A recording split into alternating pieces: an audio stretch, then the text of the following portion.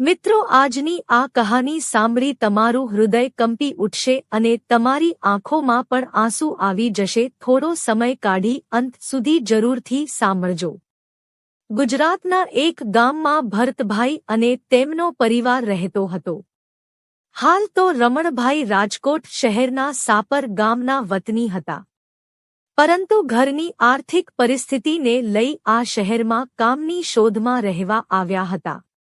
ભરતભાઈ ઉંમરમાં તો હજુ યુવાન જ હતા, પરંતુ ઘરની ગરીબાઈ અને પરિવારની લાચારીએ એમના શોખ અને ઈચ્છાઓની બલી ચડાવી દીધી હતી. નાની ઉંમરમાં જ પિતા મૃત્યુ પામ્યા. ઘરમાં નાની 2 બહેનો હતી. પિતાના અવસાનના લીધે બધી જવાબદારી રમણભાઈના ખભા પર આવી. 31 વર્ષ પહેલાની વાત છે, જ્યારે નાનપણથી જ ભરત મહેનતુ અને ઈમાનદાર હતો. પોતાના જ ગામમાં રહી દાળીઓ કરી ઘરનું ગુજરાન ચલાવી પિતાની જવાબદારીઓને પૂરી કરતો હતો. રમણભાઈ અને તેની માતા બીજાને ત્યાં કાળી મજૂરી કરી પોતાની ઘરની આર્થિક પરિસ્થિતિ સુધારવા સતત કામ કરતા. બંનેમાં દીકરાએ દિવસ રાત એક કરી ઘરમાં રહેલી 2 બહેનોના લગ્ન કરાવ્યા. બંને બહેનો રાજી ખુશીથી પોતાના સાસરે ચાલી ગઈ. હવે ઘરમાં ફક્ત ભરત અને એની માતા બંને રહેતા હતા. રમણભાઈના માતાને ટીબીની બીમારી હતી. હવે એમની તબિયત વારે વારે બગડતી જતી હતી. માતાની ચિંતામાં રહેતો ભરત એમને સાજા કરવા નવા ઉપચારો અને ડોક્ટરની સલાહ લઈ નાના મોટા બધા જ કામ કરી લેતો. છતાં પણ અથાક પ્રયત્ન કરવા છતાં એ પોતાની માતાને બચાવી ના શક્યો. હવે ભરતે માતાપિતા બંનેની છાયા ગુમાવી દીધી હતી. એક દિવસ ભરતના મોટા શેઠ એના ગામ કામકાજ જોવા માટે આવ્યા. ભરતને કામ કરતા જોઈ એમને લાગ્યું કે આ માણસ ખૂબ મહેનતુ અને પ્રામાણિક છે.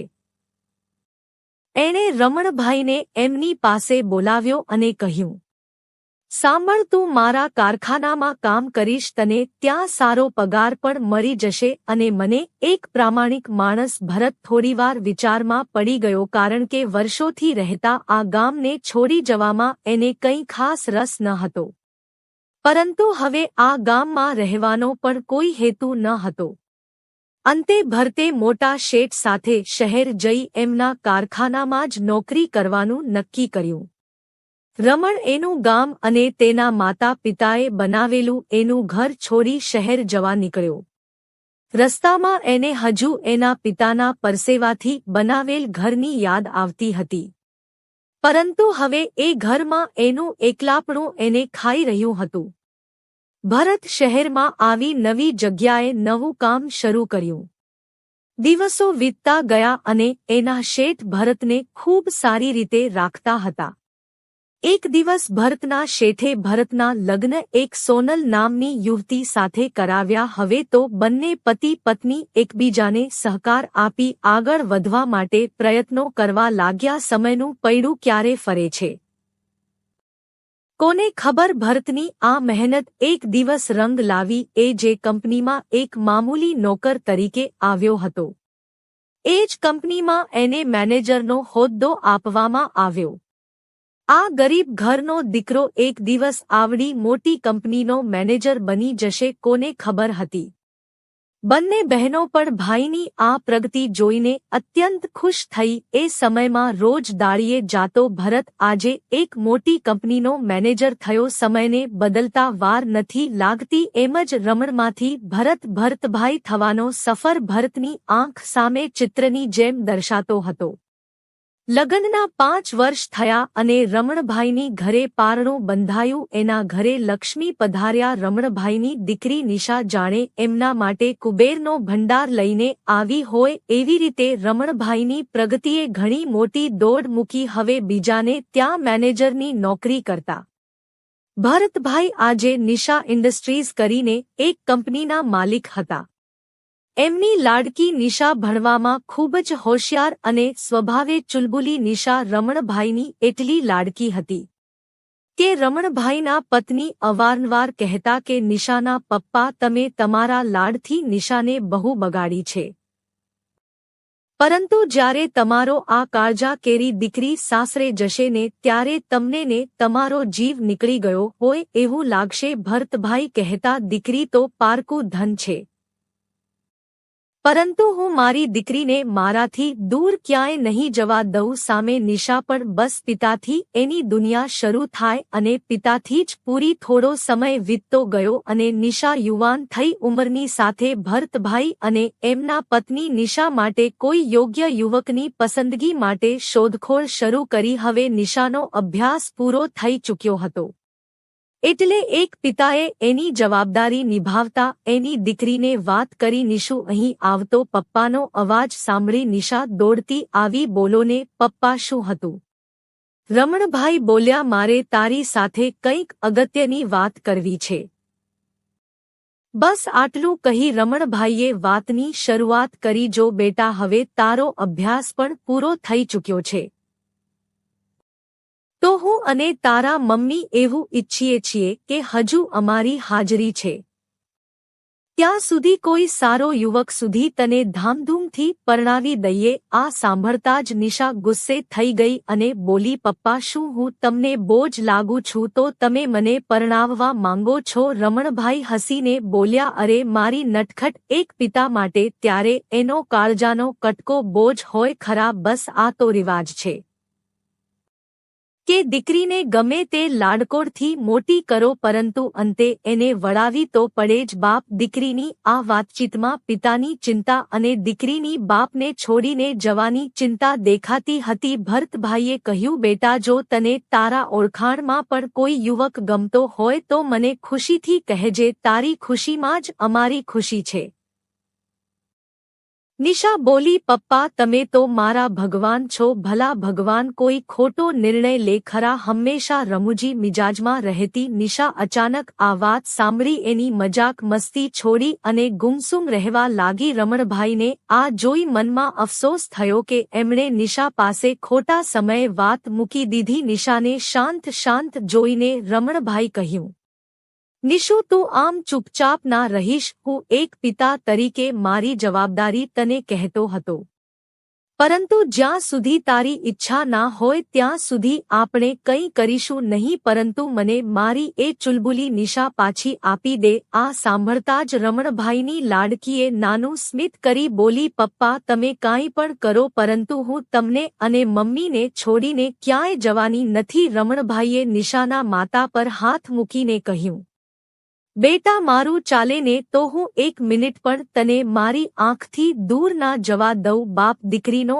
આ પ્રેમ જોઈ નિશાની માતાના આંખમાં પણ આંસુ આવી ગયા. એ મનમાં વિચારવા લાગ્યા કે ભગવાનને ખબર, જે દિવસ નિશા આ ઘરમાંથી વિદાય લેશે ત્યારે એના પિતાનું શું થશે. 1 વર્ષ પછી નિશાના મમ્મી પપ્પાએ નિશા માટે એક સારો યુવક શોધી એના લગ્ન કરવાનું નક્કી કર્યું. હવે નિશા આ કડવી વાસ્તવિકતાથી વાકેફ હતી કે એક દિવસ તો એને એના મમ્મી પપ્પાને છોડી કોઈ બીજા ઘરે જવું પડશે. પરંતુ કહેવાય છે ને કે પિતા એક એવી વ્યક્તિ હોય છે જેના પગરખાથી પણ એની દીકરીને લગાવ હોય છે. નિશા માટે ભરતભાઈએ જે યુવકને પસંદ કર્યો હતો તે ખૂબ પૈસાદાર કુટુંબનો દીકરો હતો. આ યુવક અમેરિકામાં કોઈ સારી કંપનીમાં નોકરી કરતો હતો. એક બાપ એની દીકરી માટે હંમેશા એને શ્રેષ્ઠ જિંદગી અને શ્રેષ્ઠ જીવનસાથી મળે એવી પ્રાર્થના કરતા હોય છે. નિશાનો સંબંધ જે પરિવારમાં કરવામાં આવ્યો હતો એ પરિવાર સ્વભાવે થોડું તીખો અને અહંકારી હતો. ભરતભાઈને આ વસ્તુની જાણ થઈ, પરંતુ હવે એની લાડકીને આ યુવક ઘણો પસંદ હતો. એટલા માટે દીકરીની ખુશી માટે એક પિતાએ આ બધું સહન કરી નિશાના લગ્ન વિવેક સાથે કરાવવાનું નક્કી કર્યું. નિશાના લગ્ન લેવામાં આવ્યા. નિશાના સાસરિયાવાળા લોકોએ રમણભાઈ પાસે અમુક શરતો મૂકી. તેઓએ ભરતભાઈને કહ્યું, જો તમારે તમારી નિશાને મારા દીકરા સાથે પરણાવી હોય તો મારા દીકરાના નામે તમારી સંપત્તિ કરી દેવી પડશે. રમણભાઈ બોલ્યા, વેવાઈ, આ સંપત્તિ મેં મારી આખી જિંદગી ખર્ચીને ઊભી કરી છે. અને તમે તો મારા દીકરીના થનાર સસરા છો અને મારા ઘરની દીકરી કાલે તમારા ઘરની વહુ બનશે. વિવેકના પપ્પા બોલ્યા, એ બધું અમે નથી જાણતા, પણ જો તમે અમારી દીકરીને પરણાવવા માંગતા હોય તો અમારી આ શરત માનવી પડશે. રમણભાઈ મનમાં ને મનમાં વિચાર કરતા કે પોતે ખૂબ મહેનત કરીને આ સંપત્તિ ઊભી કરી છે અને પોતાના માતા પિતાના પરસેવાની મહેનતથી પોતાને મજબૂત કર્યા છે, અને પલવારમાં આ બધું બીજાને કેમ આપી દેવું? એક બાજુ પરસેવાથી ઊભી કરેલી આ સંપત્તિની સુગંધ અને બીજી બાજુ ખડખડાટ હસતી એની લાડકીની ખુશી. અંતે રમણભાઈએ પોતાની દીકરી માટે વર્ષોથી ભેગી કરેલી એની મૂડી એના થનાર જમાઈના નામે કરવાનું નક્કી કર્યું. એમણે વિચાર્યું કે એમની પાસે જે કંઈ પણ છે એની દીકરીની ખુશીથી ઉપર તો નથી ને. ભરતભાઈએ સામેવાળાની શરતો માની પોતાની દીકરીની ખુશીનો સોદો કર્યો એવું લાગતું હતું, પરંતુ નિશાની ખુશી જોઈ એને સંપત્તિ હોડ્યાનો કોઈ અફસોસ ન હતો. એણે ઘરે આવીને એમના પત્નીને આ વાત કરી. આ વાત સાંભળતા જ રમણભાઈના પત્ની ત્યાં ને ત્યાં બેસી રડવા લાગ્યા. નિશાના પપ્પા, આ લોકો એટલા સદ્ધર હોવા છતાં આટલા લાલચી કેમ છે? આપણે આપણી નિશાને કોઈ ખોટા ઘરમાં તો નથી આપી રહ્યા ને? ભરતભાઈ બોલ્યા, અરે ના ના, આપણે નિશાને જે ઘરે આપીએ છીએ એ ઘર આપણા શહેરનું સૌથી સદ્ધર અને પ્રખ્યાત પરિવાર છે. હું સમજી શકું છું કે તું એક માં છે, પરંતુ આપણી દીકરીની ખુશી માટે આપણે શું એક નાનું બલિદાન ન આપી શકીએ? દિશાના મમ્મીનું મન માનતું ન હતું, પરંતુ રમણભાઈની વાતનું માન રાખી એમણે ભરતભાઈને હિંમત આપી કંઈ વાંધો નહીં નિશાના પપ્પા, આપણી દીકરીથી વિશેષ દુનિયામાં આપણી માટે કંઈ જ નથી. આપણે ધામધૂમથી નિશાના લગ્ન કરીશું. લગ્નને બસ થોડો જ સમય બાકી હતો. હવે નિશાનો આ ઘરમાં રહેવાનો સમય રેતીની જેમ સરકતો હતો. ભરતભાઈ એક દિવસ પણ નિશાને છોડીને ક્યાંય જવાનું પસંદ નહોતા કરતા. આ બધી વાતથી અજાણ નિશા પિતાને પોતાના લગ્ન માટે બેચેન જોઈ પૂછતી, પપ્પા કેમ તમે કંઈ બોલતા નથી? શું તમારા મનમાં કંઈ ચિંતા છે?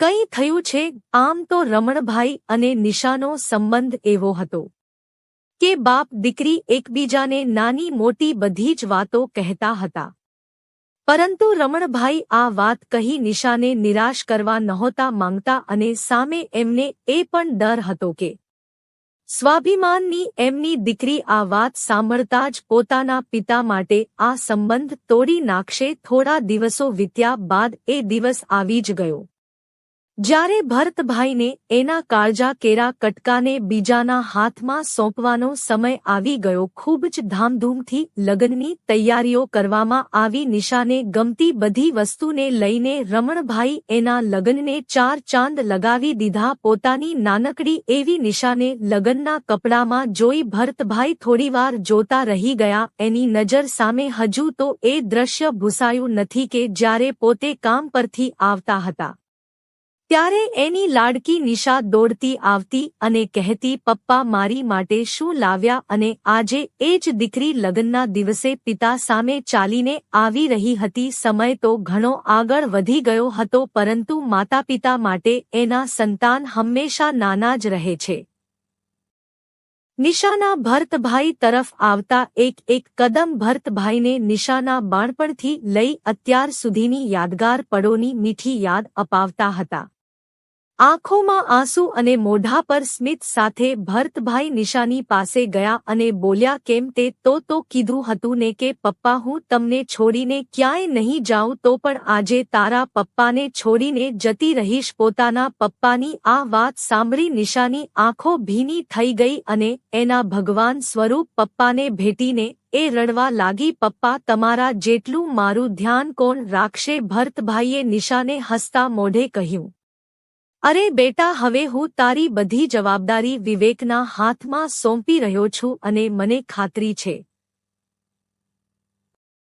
કે એ તારું પૂરેપૂરું ધ્યાન રાખશે. બસ એટલું કહી બાપ દીકરીએ માંડવા તરફ પગ માંડ્યા. નિશાના મનમાં અનેક પ્રશ્નોનું વાવાઝોડું ચાલી રહ્યું હતું, પરંતુ એના પપ્પા વધારે ઢીલા ના પડે એટલા માટે પોતે એના વર્તનમાં કંઈ દેખાવા માંગતી ન હતી. શહેરમાં રહેતા બધા વેપારીઓ અને સંબંધીઓને લગ્નમાં આવવાનું આમંત્રણ હતું. પોતાની આખી જિંદગી ખર્ચીને ઊભી કરેલ સંપત્તિમાંથી ભરતભાઈએ એની દીકરીના લગ્ન કરાવ્યા. લગ્નની વિધિ સમાપ્ત થઈ અને જે પરિસ્થિતિને વિચારીને ભરતભાઈ અને તેના પત્ની બેચેન થઈ જતા એ સમય આજે એમની સામે આવીને ઊભો હતો. ભરતભાઈને પોતાના કાળજાના કટકાને વિદાય આપવાનો સમય થઈ ગયો હતો. એક દીકરીથી અલગ થાવું આ વેદના એક બાપ જ સમજી શકે. પોતાની બધી મહેનત અને લાડકાઈમાં રાખેલી દીકરીને એક દિવસ કોઈ પારકા હાથમાં સોંપી દેવું, એવું કઠણ હૃદય રાખવું ખૂબ જ અઘરું છે.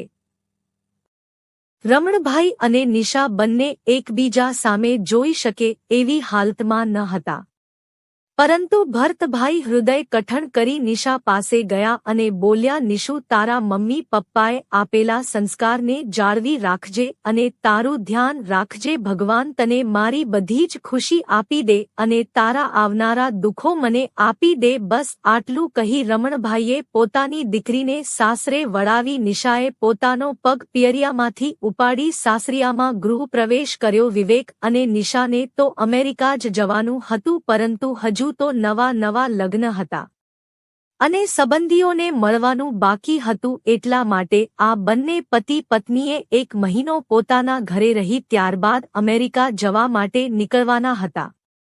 નિશા સાસરે ખૂબ જ ખુશ હતી. એ ભરતભાઈને ફોનમાં કહેતી, પપ્પા બધા સ્વભાવના ખૂબ જ સારા છે,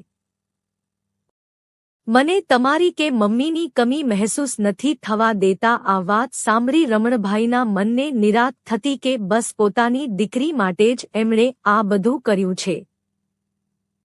નિશાના લગ્ન થયાને 1 મહિનો થઈ ગયો અને નક્કી કર્યા મુજબ બંનેને અમેરિકા જવાનું થયું. રમણભાઈ અને તેના પત્ની નિશા અને જમાઈને મળવા માટે અમદાવાદ પહોંચ્યા. મમ્મી પપ્પાને જોતા જ નિશાના મોઢા પર હરખનો કોઈ પાર ન રહ્યો. એ દોડતી આવી અને બોલી, મમ્મી પપ્પા, તમે કેમ આટલું મોડું કરી દીધું? ભરતભાઈ બોલ્યા, નિશુ, તને તો ખબર છે ને તારા મમ્મીને કોઈ પહોંચી શકે એ તારા માટે તને ભાવતી બધી વાનગીઓ બનાવતી હતી. તારા મમ્મી કહે, ખબર નહીં હવે નિશા આપણને પાછી ક્યારે મળે, એટલા માટે હું અત્યારે જ એને ભાવતું બધું જમાડી દઉં. કેમ કે અમેરિકામાં સુખ સુવિધા વાળી જિંદગી તો હશે, પરંતુ મમ્મીના હાથનો એ સ્વાદ નહીં મળે. નિશા બોલી, હા પપ્પા, સાવ સાચી વાત છે, મારી પાસે બધું જ હશે, પરંતુ તમે બંને નહીં હોય. બસ એટલી વાતચીત કરતા હતા ત્યાં તો નિશાની ફ્લાઇટનો સમય થઈ ગયો. ઘરના સભ્યોને વિદાય આપી નિશાએ વિવેક સાથે અમેરિકા તરફ જવાનો પહેલો કદમ મૂક્યો. ન જાણે રમણભાઈના પત્ની સાવ શાંત થઈ નિશા તરફ જોતા હતા. ભરતભાઈએ પૂછ્યું, નિશાની મમ્મી કેમ આમ ચૂપચાપ જુએ છે? એમના પત્ની બોલ્યા, ખબર નહીં કેમ પણ આજે મારો જીવ બહુ મૂંઝાય છે. મને એવું લાગે છે કે નિશા આપણી પાસે પાછી આવશે કે નહીં. રમણભાઈ બોલ્યા, અરે ગાંડી, આપણી દીકરીને એટલું સારું સાસરું મળ્યું છે, દીકરા જેવો જમાઈ મળ્યો છે, તો આટલી ચિંતા શેની કરે છે? થોડો સમય જવા દે, નિશા ફરી આપને મળવા આવશે. બસ ત્યારથી નિશા અમેરિકા ગઈ અને શરતો મુજબ સંપત્તિ બધી વિવેકના નામે કરી. ભરતભાઈ અને તેમના પત્ની એમના ગામ પરત થઈ ગયા. નિશા આ વાતથી પૂરેપૂરી અજાણ હતી. નિશા અમેરિકા ગયાને 3-4 દિવસ થઈ ગયા હતા. ભરતભાઈને નિશાની ચિંતા થતી હતી કે દીકરીને ગયાને ઘણા દિવસો થઈ ગયા છે, પરંતુ હજી એના કોઈ સમાચાર નથી. મનમાં મૂંઝાતા ભરતભાઈ જમાઈને ફોન લગાવ્યો. ફોન પર કંઈ જવાબ ના મળ્યો. એ વાતને પણ 16 દિવસ થઈ ગયા. ફરી ભરતભાઈ જમાઈને ફોન કર્યા અને વિવેકે ફોન ઉચકાવ્યો. બોલ્યો, હલો, હા પપ્પા બોલો ને, શું હતું? ભરતભાઈ બોલ્યા, બેટા નિશા ક્યાં છે? તમે ગયા એને ઘણા દિવસો વીતી ગયા પરંતુ હજી નિશાનો કંઈ ફોન આવ્યો નથી. વિવેકે કહ્યું, ના પપ્પા, એમાં એવું છે કે અમે લોકો શાંતિથી પહોંચી ગયા છીએ, પરંતુ અમેરિકા ફરવામાં નિશા તમને ફોન કરવાનું ભૂલી ગઈ હશે અને અત્યારે નિશા એના કામથી બહાર ગઈ છે. એ આવે એટલે તમારી વાત કરાવી દઈશ, બસ એટલું કહી વિવેકે ફોન મૂકી દીધો. આ વાત સાંભળી રમણભાઈના મનને થોડી રાહત થઈ. નિશાના ફોનની રાહ જોતા ભરતભાઈ ફોનની બાજુમાં કલાકો સુધી બેઠા રહ્યા, પરંતુ એની નિશુનો એક પણ ફોન ન આવ્યો. આ વાતને 1 મહિનો વીતી ગયો છતાં પણ કંઈ સમાચાર ન હતા. દિવસો વીતતા ગયા. વિવેક દર વખતે રમણભાઈ સાથે વાત કરી ફોન મૂકી દેતો હતો. પછી તો વિવેકે પણ રમણભાઈનો ફોન ઉપાડવાનું છોડી દીધું. નિશાની થતી ચિંતા ભરતભાઈને કોરી ખાઈ લેતી હતી. એક દિવસ રમણભાઈ વિવેકના ઘરે ગયા અને એના મમ્મી પપ્પાને વાત કરે, પરંતુ અહંકારી લોકોએ રમણભાઈને કહ્યું. તેણી બોલી ઘરમાંથી કાઢી મૂક્યા. રમણભાઈ ત્યાંથી નીકળીને રસ્તા પર બેસી ગયા. હવે તેના પત્નીની જેમ તેને પણ નિશાની ચિંતા થવા લાગી. એમને વિશ્વાસ હતો કે એની નિશા એમની જોડે વાત કર્યા વગર રહી જ ના શકે. એક પિતાની એના સંતાન પ્રત્યેની આ વેદના બધાને કરુણ કરી દે એવી છે. ભરતભાઈએ ઘરે આવીને એમના પત્નીને બધી વાત કરી અને કહ્યું, નક્કી કંઈક તો થયું છે, નહીતર આપણી નિશા આવું ન કરે. દીકરીની ચિંતા કરતા આમાં બાપનું હૃદય ન આવવાના વિચારથી વલોપાત કરવા લાગ્યું. અંતે રમણભાઈએ નક્કી કર્યું કે પોતે અમેરિકા જઈ નિશાને મળશે, પરંતુ ભરતભાઈ પાસે હવે કોઈ મૂડી ન હતી, કારણ કે એમની પાસે રહેલ બધી જ મૂડી એમણે જમાઈના નામે કરી દીધી હતી. હવે એમની પાસે રહેલું ગામનું એક મકાન કે જે એના માતાપિતાની છેલ્લી નિશાની હતી, પરંતુ નિશા પાસે પહોંચવા માટે ભરતભાઈને ખાસ એવા પૈસાની જરૂર હતી. પોતાની દીકરી પાસે પહોંચવા માટે એક પિતાએ એના પિતાની છેલ્લી નિશાનીની કુરબાની આપી અમેરિકા જવાનું નક્કી કર્યું. ભરતભાઈએ પૈસાની વ્યવસ્થા કરી અમેરિકા પહોંચી ગયા. તેઓ અમેરિકા તો પહોંચી ગયા હતા, પરંતુ નિશા અને વિવેક ક્યાં રહે છે, શું કરે છે, એનો એમને કોઈ અંદાજ ન હતો. એક નાનકડા શહેરમાં રહેલા ભરતભાઈને વિદેશનો શું ખ્યાલ હોય? એ નિશાને શોધવાનું ક્યાંથી શરૂ કરે એ કંઈ સમજાતું ન હતું. એટલામાં ભરતભાઈની બાજુમાં એક ગુજરાતી યુવક આવીને ઊભો રહ્યો અને બોલ્યો, અંકલ, તમારે ક્યાં જવું છે?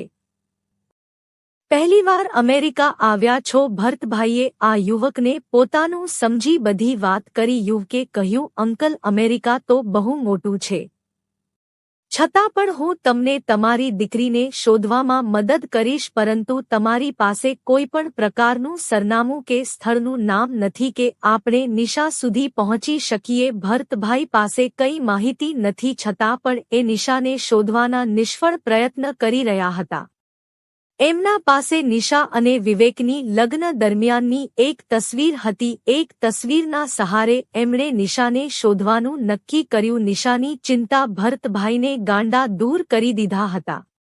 એમ તો ભરતભાઈ કંઈ ખાસ અભ્યાસ નહોતો કર્યો, છતાં પણ તૂટેલું ફૂટેલું અંગ્રેજી બોલી લોકોને સમજાવવાનો નિરર્થક પ્રયાસ કરી રહ્યા હતા. ભરતભાઈ પાગલોની જેમ પોતાની દીકરીની તસવીર લઈને આસપાસ નીકળતા લોકોને પૂછી રહ્યા હતા, પરંતુ નિશાના કોઈ સમાચાર મળતા ન હતા. અંતે આ યુવકે કહ્યું, અંકલ, આપણે આ તસવીરની મદદથી પોલીસની સહાય લઈ તમારી દીકરીને શોધીએ તો? ભરતભાઈ અને યુવક આ બાબતે વાત કરતા જ હતા. એટલી વારમાં એમની બાજુમાં સડસડાટ કરતી 999 નંબરની અમેરિકન પોલીસની ગાડી આવીને ઊભી રહી. આ બંને ભારતીયોને અને તેમની આસપાસ એકઠી થયેલી ભીડ જોઈને પોલીસે પૂછપરછ ચાલુ કરી. પૂછપરછ દરમિયાન આ પોલીસ કમિશનરને જાણવા મળ્યું કે એક બાપ પોતાની દીકરીને શોધવા 7 સમંદર પાર આવ્યો છે.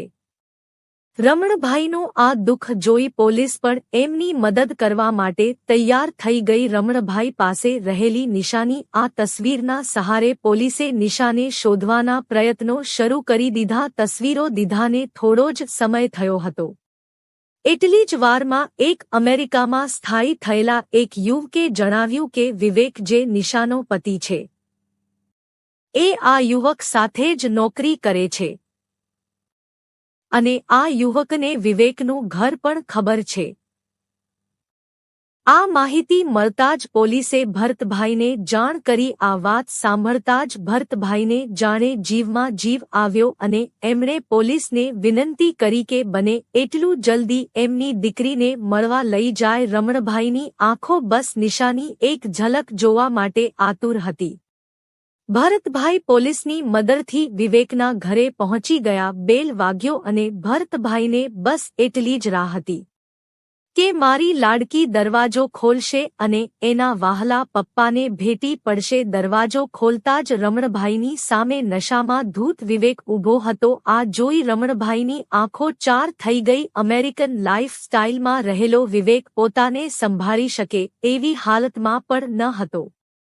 રમણભાઈએ આખું ઘર ફંગોળી કાઢ્યું પરંતુ એને ક્યાંય પણ નિશા જોવા ન મળી। એમણે વિવેકને ઘણીવાર પૂછ્યું મારી દીકરી ક્યાં છે, શું થયું છે એને, પરંતુ વિવેક એના હોશો અવાજમાં ન હતો।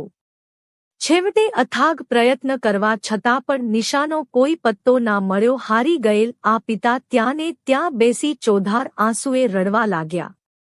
છેવટે ગમે તેમ કરીને પોતાની જાતને સાંત્વના આપીને ભારે પગે પોતે લથડિયું ખાતા ખાતા દીકરીના ઘરની બહાર એક બાકડા પર બેસી ગયા। બાકડા પર બેસતાની સાથે જ સામે નજર પડી। નજર સામે એક સુંદર મજાનું દ્રશ્ય જેમાં દરિયો હિલોડા લઈ રહ્યો હતો।